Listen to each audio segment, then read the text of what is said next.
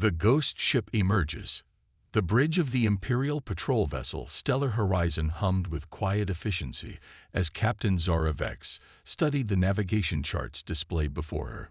The Void Nebula stretched across the viewscreen like a purple wound in space, its swirling gases hiding secrets that had puzzled scientists for generations. Zara's scaled fingers drummed against the command chair as she considered their patrol route through this forgotten sector of the galaxy. "Captain," called Lieutenant Krex from the sensor station, his young voice carrying a note of confusion. "I'm detecting an anomaly at bearing 27 Mark IV. It appears to be a vessel of some kind, but the readings are unusual." Zara's reptilian eyes narrowed as she turned toward her communications officer. "Unusual how, Lieutenant? The energy signature doesn't match any known Imperial or Allied design," Krex replied, his tentacles working frantically over the controls. "The ship appears to be approximately 800 meters in length, but its composition is unlike anything in our databases. The hull seems to shift between different materials." "On screen," Zara ordered, rising from her chair. The main view screen flickered to life, revealing a sight that made the entire bridge crew fall silent. A massive starship drifted through the nebula's edge, its hull gleaming with a strange, opalescent quality that seemed to bend light around it. The vessel's design was sleek yet purposeful, with graceful curves that suggested both speed and power. What struck Zora most was how familiar yet alien it appeared. "By the Seven Moons," whispered Engineer Thrak from his position at the rear of the bridge. "That design. It looks almost like the old human ships from the archives." A chill ran down Zora's spine. Humanity had been extinct for over 5 centuries, their homeworld destroyed in a catastrophic solar event that had wiped out their entire civilization. The Galactic Empire had absorbed their former colonies, and human technology had become the stuff of legends and museum displays. "That's impossible," Zara said firmly. "Scan for life signs and power emissions. If this is some kind of derelict, we need to investigate." Lieutenant Krex worked his controls with renewed urgency. "Captain, this is remarkable. The ship is not only powered, but its energy output is off the charts. I'm reading multiple unknown energy signatures, and the vessel appears to be phasing." "Phasing?" Zara demanded. "Yes, Captain. The ship seems to be shifting in and out of normal spacetime. One moment it's solid, the next it becomes translucent, as if it exists in multiple dimensions simultaneously."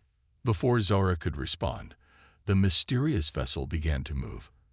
It didn't accelerate in the conventional sense, but rather seemed to slip through space like a fish through water, leaving no engine trail or energy wake behind it.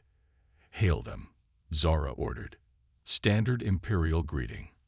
The communications officer, a blue-skinned Andorian named Voss, shook his head. "No response, Captain. But I am detecting something strange. There's a low-frequency transmission coming from their ship, almost like a heartbeat." Suddenly, the alien vessel stopped directly in front of the stellar horizon, close enough that they could see details of its hull. Strange symbols covered its surface, definitely not Imperial script, but somehow familiar to those who had studied ancient galactic history. "Captain," Krex called out, his voice trembling with excitement and fear. "I've matched those symbols to archival records. They're human text, ancient Terran script. The ship's designation appears to be the Terran Exodus." The bridge erupted in whispers and shocked exclamations. Zara felt her blood run cold. A human ship, here now, after 500 years of extinction. It was impossible, yet the evidence floated before their eyes. "Send an immediate message to Imperial Command," Zara ordered. "Priority Alpha. We need Admiral Koreth to see this." Within hours, the Imperial Third Fleet had arrived at the Void Nebula, their massive dreadnoughts forming a defensive perimeter around the mysterious human vessel. Admiral Koreth himself had come aboard the Stellar Horizon to witness the discovery firsthand. "Fascinating," the Admiral murmured, his 4 arms clasped behind his back as he studied the viewscreen. Koreth was a Zelkonian, tall and imposing with gray skin and intelligent black eyes. If this truly is a human vessel, it represents the greatest archaeological find in galactic history. "Sir," Zara said carefully, "our scans indicate the ship is not only functional, but actively maintaining its position. This isn't a derelict. There may be humans alive aboard that vessel." Korath's expression hardened. Impossible. The Terran system was sterilized centuries ago. Every human colony was accounted for and integrated into the Empire. There are no surviving humans. As if responding to his words, the Terran Exodus suddenly blazed with light. The opalescent hull shifted and changed, revealing weapon ports and defensive systems that hadn't been visible before. The ship's heartbeat transmission grew stronger, now audible throughout the Imperial fleet. "Admiral," reported Fleet Communications, "we're receiving a transmission from the unknown vessel. It's in perfect Imperial standard, but with an accent we don't recognize." "Put it through," Korath commanded. A voice filled the bridge, clear and strong, carrying an unmistakable note of authority. "Imperial vessels, this is Captain Sarah Chen of the Terran Exodus. We appreciate your enthusiastic welcome, but we have business elsewhere. Please stand down your weapons and allow us to pass." The bridge fell silent. A human voice, speaking with calm confidence, as if the speaker commanded a fleet rather than a single ship surrounded by the Empire's finest warships. "This is Admiral Korath of the Imperial Third Fleet," the Admiral replied, his voice carrying all his authority. "Identify yourself and explain your presence in Imperial space. Humanity is extinct. You cannot be what you claim to be." A laugh came through the comm system, warm and genuinely amused. "Extinct? Admiral, I think your history books might need updating. We've been watching your empire grow for quite some time now. Very impressive expansion, though your treatment of the former Terran colonies leaves something to be desired." Korath's face darkened. "You will surrender your vessel for inspection, or face the consequences." "I'm afraid that won't be possible, Admiral. We have an appointment to keep, and frankly, your fleet isn't equipped to stop us." "We'll see about that," Korath snarled. "All ships target the unknown vessel. Prepare to fire." What happened next would be discussed in military academies for generations to come. As the Imperial fleet powered their weapons, the Terran Exodus simply vanished. Not disappeared, not jumped to hyperspace, but became completely intangible. The Imperial weapons fired harmlessly through the space where the ship had been, their energy beams passing through the vessel as if it were made of light. Then the human ship reappeared, solid and imposing, directly between two Imperial dreadnoughts. Before anyone could react, it fired a single pulse of energy that passed through both warships without causing any apparent damage. However, moments later, both dreadnoughts' weapon systems shut down completely, their targeting computers displaying error messages in ancient Terran script. "Impressive fleet, Admiral," Captain Chen's voice returned, now carrying a slight edge. "But you're using technology that's 500 years out of date. We've had quite a bit of time to improve on the old designs."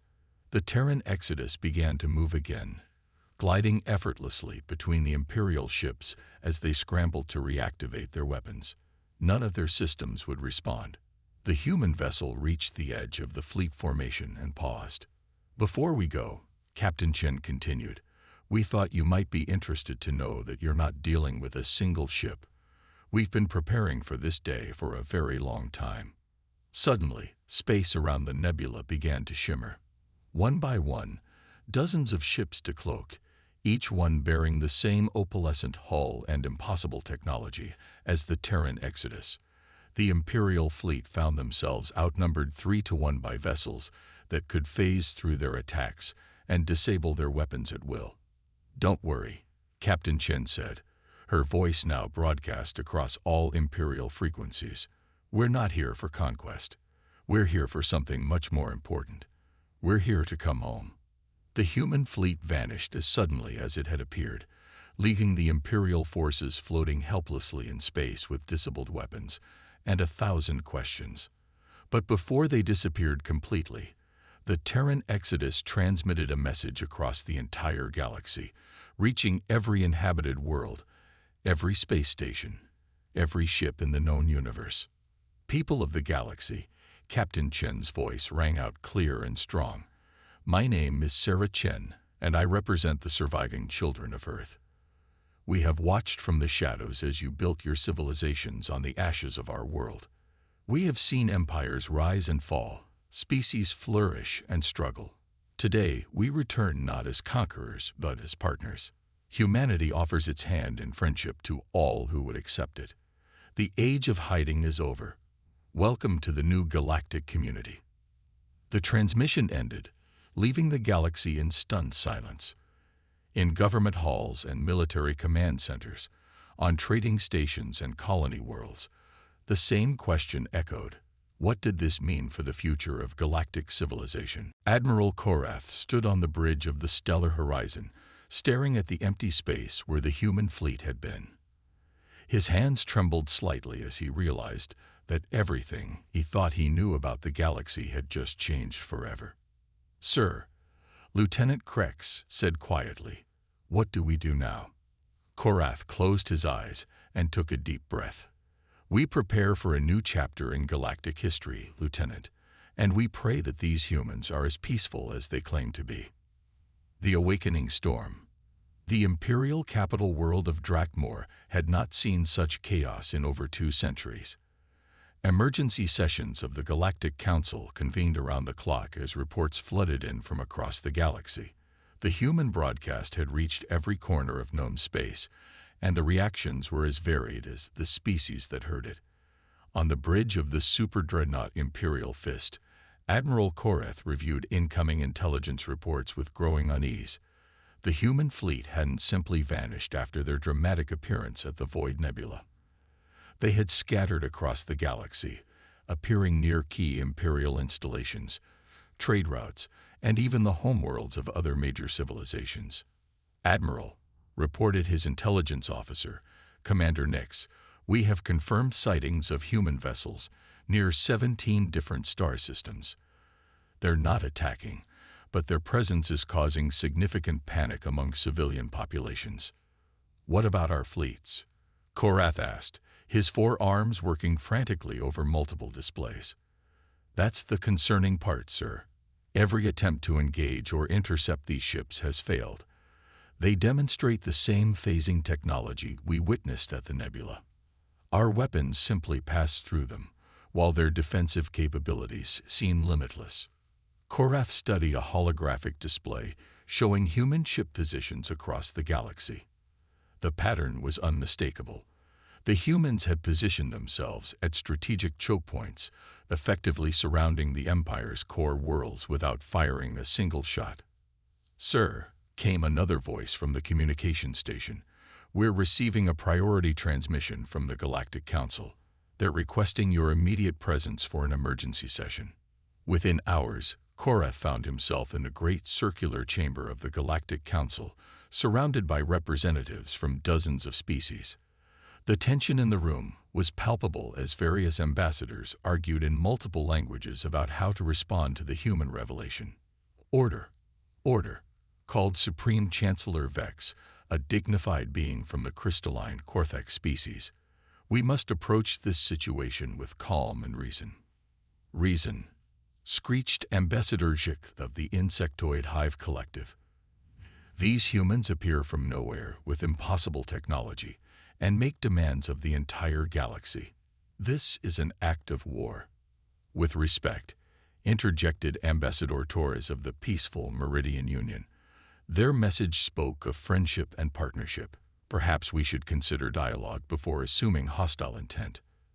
The debate continued for hours, but was interrupted when the chamber's main communication system activated without authorization. The familiar voice of Captain Sarah Chen filled the room.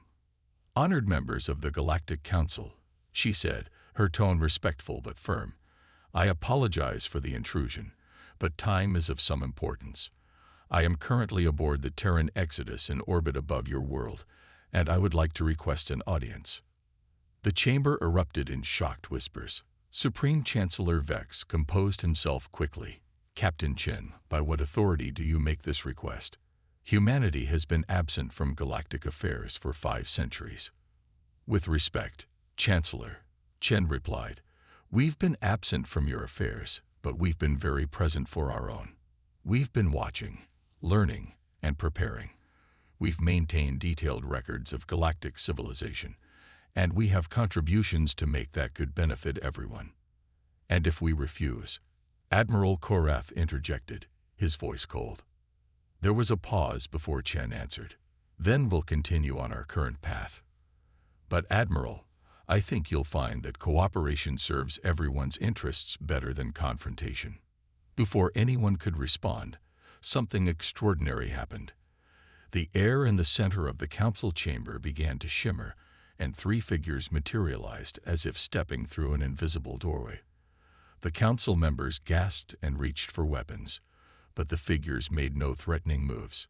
Captain Sarah Chen was a woman of medium height with short, dark hair and intelligent brown eyes. She wore a uniform of deep blue with silver accents and moved with the confidence of someone accustomed to command. Beside her stood a tall man with graying hair and kind eyes, and a younger woman with auburn hair and an expression of barely contained excitement. "Holographic projection," whispered someone in the chamber. "No," Chen said with a slight smile. "Quantum matter displacement. We've found some interesting applications for dimensional phase technology." She gestured to her companions.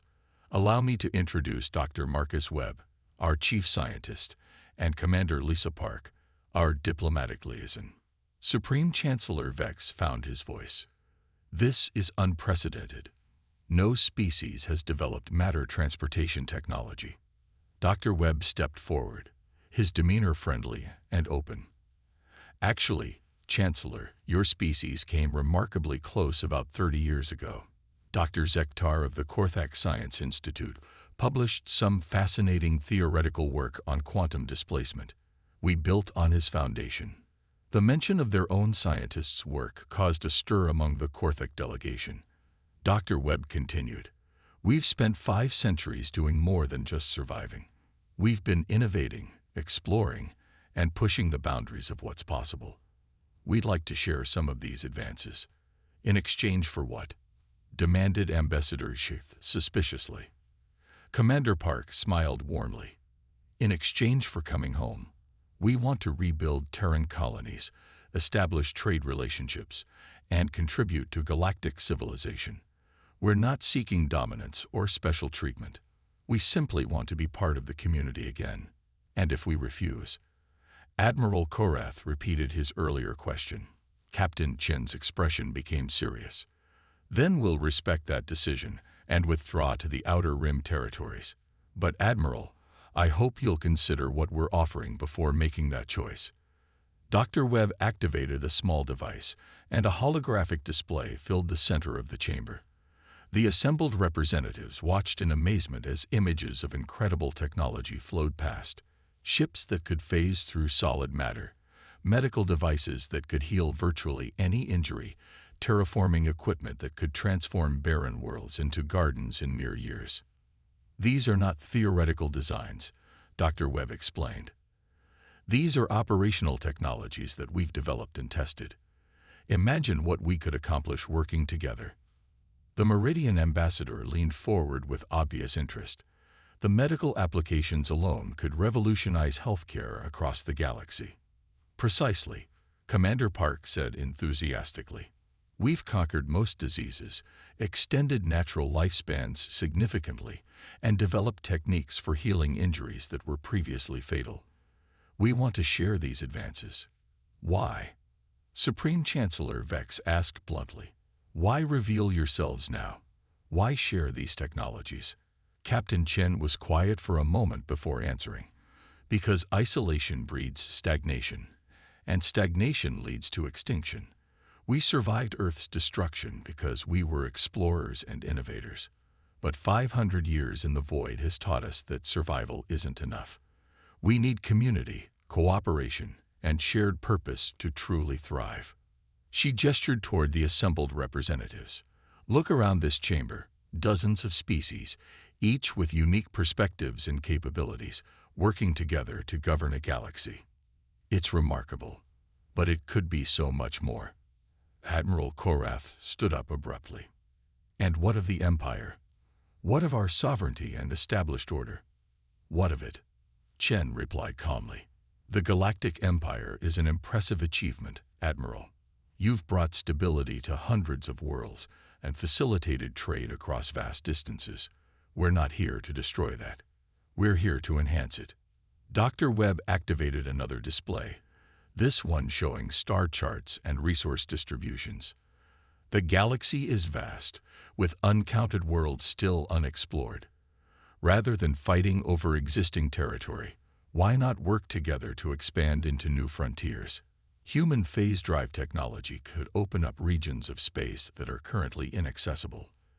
The chamber fell silent as the representatives considered this proposal. Finally, Ambassador Torres of the Meridian Union spoke. What guarantees do we have that humanity won't use its technological advantages to dominate us? Commander Park answered, the same guarantee any species gives to another. Our word, backed by our actions. We're proposing a gradual integration process with full transparency and mutual oversight. We're not asking for trust without proof. Supreme Chancellor Vex looked around the chamber, noting the expressions on various faces. Fear was still present, but curiosity and hope were growing stronger. This council will need time to deliberate, he said formally. Captain Chen, will you and your people accept a temporary ceasefire while we discuss your proposals? Of course, Chen replied. But Chancellor, I should mention that we're not the only ones interested in this outcome. Several other species have already reached out to us privately, expressing interest in cooperation agreements. This revelation caused another stir in the chamber. If the humans were already forming alliances, the balance of galactic power could shift dramatically. As the three humans prepared to leave, Captain Chen turned back to address the assembly one final time. Honored delegates, I understand your caution. 500 years ago, humanity was just another species struggling to find its place in the galaxy. Today, we return with capabilities that could change everything. But power without wisdom is destruction, and wisdom without compassion is tyranny. We offer both our capabilities and our commitment to work together toward a better future for all. The three figures began to shimmer and fade, but Chen's voice remained clear. We'll wait for your decision. But remember, the galaxy is changing whether we work together or not.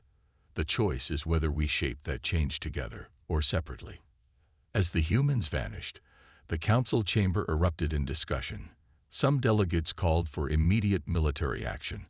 Others urged caution and negotiation, while still others spoke excitedly about the potential benefits of human technology. Admiral Korath remained silent, staring at the space where the humans had stood. He had spent his career maintaining imperial dominance through superior firepower and strategic positioning. Now he faced an opponent that could render his entire fleet obsolete with technology he couldn't understand or counter. But as he listened to the debates raging around him, he began to realize something important. Perhaps Captain Chen was right. Perhaps the question wasn't how to maintain the old order, but how to build a better one. The next few days would determine the future of galactic civilization, and for the first time in centuries, humanity would have a voice in that decision. Outside the council chamber's great windows, the stars continued their eternal dance, unaware that the species that once dreamed of walking among them had finally found their way home.